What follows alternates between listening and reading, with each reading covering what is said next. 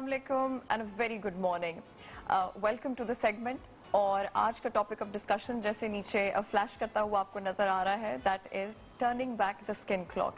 बूढ़े होना, मगर बूढ़े होना ग्रेसफुली और थोड़ा सा उसको डिले कर देना is what we are going to talk about. देखिए जी, इम्पॉर्टेंट बात यह है कि बुढ़ापे को कोई रोक नहीं सकता, सबसे पहली इम्पॉर्टेंट बात यह है, मगर हम वो सब कुछ ऐसा जरूर कर सकते हैं कि जो आपको थोड़ा डिले कर दे उस चीज को। That's what the focus is. उसका हरगिज ये मतलब नहीं कि बुढ़ापा कभी नहीं आएगा, so don't take me wrong on that. Important चीज ये है व्यूअर्स कि आप अपना लाइफस्टाइल हेल्थी करेंगे और उसके बाद हम मॉइस्चराइजर्स की बात करेंगे, लेटेस्ट ट्रीटमेंट्स की बात करेंगे, मगर उससे पहले to have a healthy lifestyle is something that I want you to do, जिसमें एक अच्छा diet, green leafy vegetables, coloured fruit, बहुत ज़्यादा पानी का इस्तेमाल और एक बेसिकली हेल्दी डाइट। और जब हम बात करते हैं फ्रूट्स की, वेजिटेबल्स की, तो क्यों ज़्यादा इस पे एम्फसाइज किया जाता है? Because they are rich in antioxidants and antioxidant is something that is going to fight the free radicals, कि बुरी चीज़ें जो आपके बॉडी में बनती हैं। और बहुत ही एक आसानी से चीज़ आप ले सकते हैं, पी सकते हैं,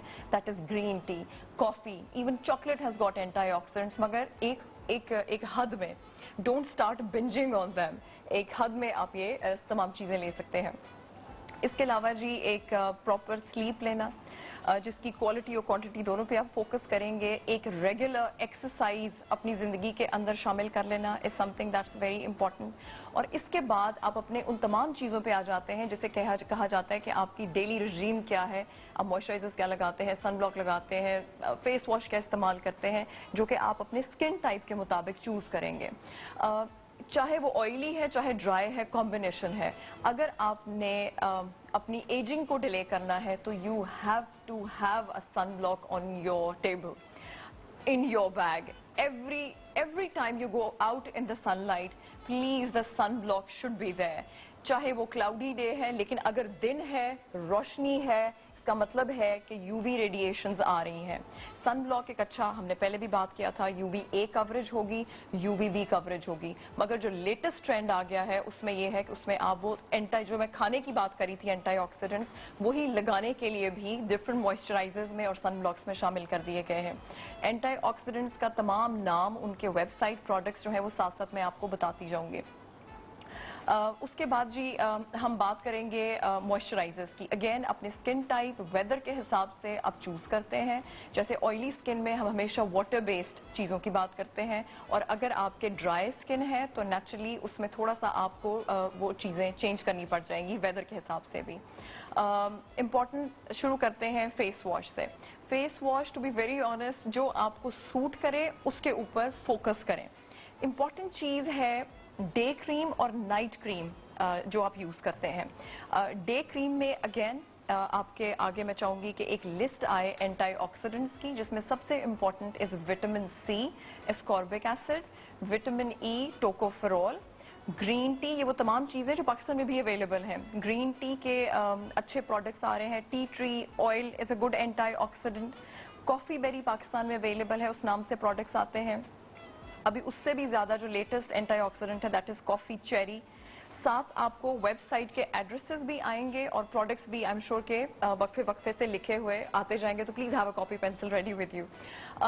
इसके अलावा जी इम्पॉर्टेंट बात यह है कि हर जिस क्रीम के ऊपर विटामिन सी लिखा होता है, don't just slather that on your face and I hope that it's going to go into your skin, क्योंकि विटामिन सी को जैसे ही एयर में एक्सपोजर मिलता है या वो ऑक्सीडाइज करना शुरू करती है तो वो आपके स्किन के लिए हार्मफुल भी हो सकती है। और जब भी कोई विटामिन सी लें तो बहुत बड़ा पॉइंट याद रखें कि हमेशा उसको आप देखें कि उसका कलर तो नहीं चेंज हो गया क्रीम का, क्योंकि जैसे ही वो ऑक्सीडाइज करना शुरू करेगी, अपना कलर चेंज करेगी और आप जब अप्लाई करेंगे तो वो उल्टा अच्छाई देने के बजाय नुकसान देना शुरू कर देगी। उसके अलावा जी नाइट टाइम के जब हम बात करते हैं तो नाइट टाइम में आपके लिए जो सबसे इम्पॉर्टेंट एंटी एजिंग इंग्रेडिएंट है दैट इज द रेटिनॉइड्स। और ये वो चीज़ें हैं कि अक्सर आप देखेंगे कि एक्नी के पेशेंट्स यूज़ करते हैं अपनी स्किन को रीसर्फेस कराने के लिए, डॉक्टर्स देते हैं या फिर वो खुद इस्तेमाल करते हैं। रेटिनॉइड्स में डिफरेंट कॉन्सेंट्रेशंस आते हैं, कुछ मेडिसिन की शक्ल में और कुछ क्रीम में।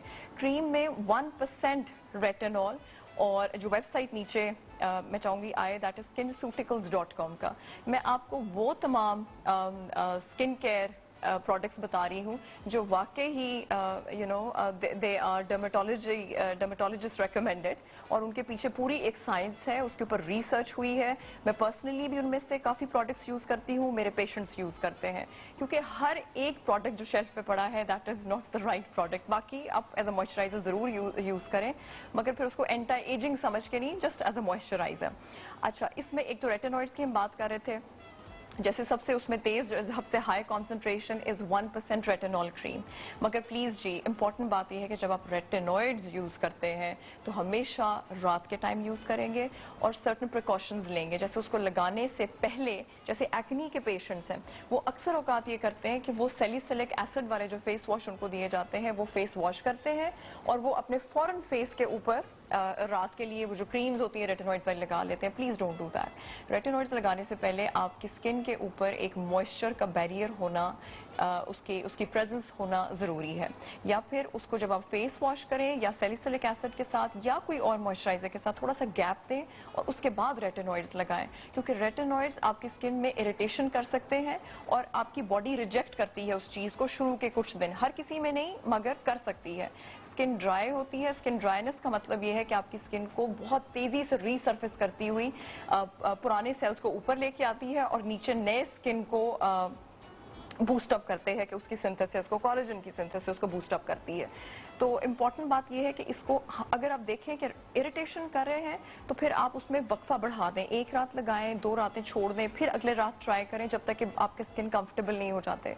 इसके साथ साथ फिर ज़रूरी हो जाता है कि आप मॉइस्चराइज़र बहुत अच्छे वाले इंपॉर्टेंट करें, अच्छे वाले यूज़ करें, क्योंकि अगर ड्राइनेस है तो इसका मतलब है कि फिर आपको कभी कभी वो मॉइस्चराइजर्स भी यूज़ करने पड़ेंगे। इवन गर्मियाँ हैं जिसके बीच में जो कि ऑयल बेस्ड है, क्योंकि वाटर बेस्ड शायद आपको उतना हेल्प ना करें। सो यू नो, थोड़ा सा एक 1 स्टेप अहेड भी कभी कभी जाना पड़ता है, मगर of course you know in consultation with your dermatologist. अभी रेटिनॉइड्स ऐसे भी उन्होंने ले आए हैं खासतौर पर एक्ने के पेशेंट्स के लिए भी, कि जिसके अंदर उन्होंने ऑलरेडी मॉइस्चराइजर्स डाल दिए हैं just to keep the drying effect at bay basically.